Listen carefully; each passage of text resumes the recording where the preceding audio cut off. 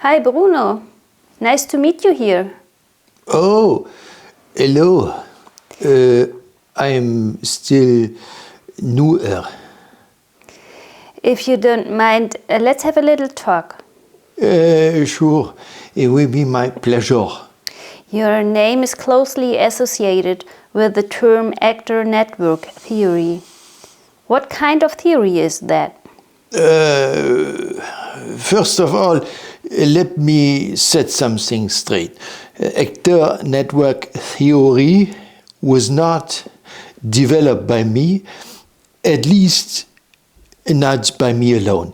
A whole range of colleagues from the science and technology studies were also involved, including Michel Callon, John Law, Harry Rip, and Annemarie Mol. Okay, but what is the core idea of this theory? Actually, it's quite simple. Actor network theory assumes that the decisive entities in the development of science and technologies are local assemblies of heterogeneous components. In a laboratory, a factory, or a hospital, there are obviously human actors, but we also always have tools and machines on the one end and writings and signs on the other. In addition, there are materials and organisms, wood and steel, but also bacteria, viruses, and so on and so forth. Sounds a bit like the machinic assemblages in Deleuze and Guattari. Maybe you should have a talk with them. Oh, I definitely will. I met Felix in the late 1980s, so I know him personally from that time. I'm sure you will all get along well.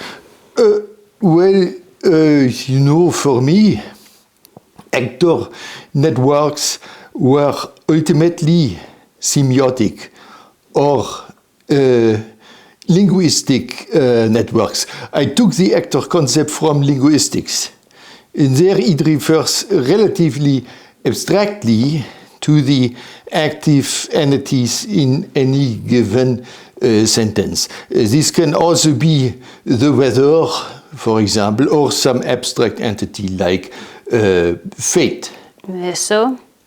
This entire machine theme of Deleuze and Guattari, their interest in the transformation of society, and then also their strangely modern fascination with Marx, I didn't find all that interesting at all. For me, the main topic was the question of exegesis, of language and writing, and of translations in the broadest sense, translations that often change what is translated.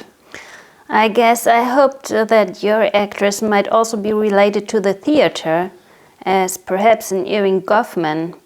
You remember that Goffman created an entire sociology based on notions of self-presentation, performance, and the stage? Sure. I am concerned with something else, however. The problem of translation is also a fundamental problem of sociology. What do you mean? Sociologists are often accused of not translating social reality adequately into their theories. The human actors they talk about would often appear like puppets. Now it's getting interesting. I agree, because I think that a sociology of puppets would not be bad at all. In some respects, I would even be happy if we had one. Really? Here is the reason. if you talk with a puppeteer, then you will find that he is perpetually surprised by his puppets. He makes the puppet do things that cannot be reduced to his action and which he does not have the skill to do, even potentially. Now, is this fetishism? No. It is simply a recognition of the fact that we are exceeded by what we create. You said that very nicely. So, actor network theory would be a theory that is able to be surprised again and again by the actors, and not only by the actors but also by the networks, that is, to stick with the metaphor, by all the strings on which a puppet hangs. Yeah, something like that.